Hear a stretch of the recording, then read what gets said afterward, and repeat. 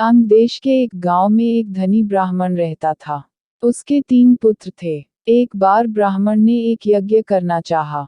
उसके लिए एक कछुए की जरूरत हुई। उसने तीनों भाइयों को कछुआ लाने को कहा। वे तीनों समुद्र पर पहुंचे। वहां उन्हें एक कछुआ मिल गया। बड़े ने कहा, मैं भोजनचंग हूं इसलिए कछुए को नहीं छूऊंगा। मझला बोला, मैं नारीचंग हूं, मैं नहीं ले जाऊंगा। सबसे छोटा बोल, मैं शयाचंग हूं सो मैं नहीं ले जाऊंगा। वे तीनों इस बहस में पड़ गए कि उनमें कौन बढ़कर है। जब वे आपस में इसका फैसला न कर सके तो राजा के पास पहुंचे। राजा ने कहा, आप लोग रुकें, मैं तीनों की अलग अलग जांच करूंगा। इसके बाद राजा ने बढ़िया भोजन तैयार कराया और तीनों खाने बैठे। सबसे बड़े ने कहा, मैं खाना नहीं खाऊंगा, इसमें मुर्दे की गंध आती है।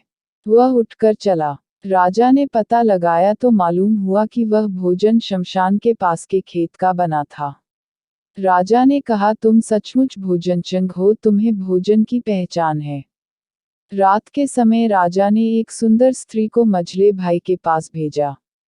ज्यों ही वह वहां पहुंची कि मझले भाई ने कहा, इसे हटाओ यहां से, इसके शरीर से बकरी का दूध की गंध आती है। राजा ने यह सुनकर पता लगाया तो मालूम हुआ कि वह स्त्री बचपन में बकरी के दूध पर पली थी। राजा बड़ा खुश हुआ और बोला, तुम सचमुच नारीचंग हो। इसके बाद उसने तीसरे भाई को सोने के लिए 7 कैदों का पलंग दिया। जैसे ही वह उस पर लेटा कि एकदम चीखकर उठ बैठा। लोगों ने देखा उसकी पीठ पर एक लाल रेखा खींची थी। राजा को खबर मिली तो उसने बिछौने को दिखवाया। 7 कैदों के नीचे उसमें एक बाल निकला। उसी से उसकी पीठ पर लाल लकीर हो गई थी।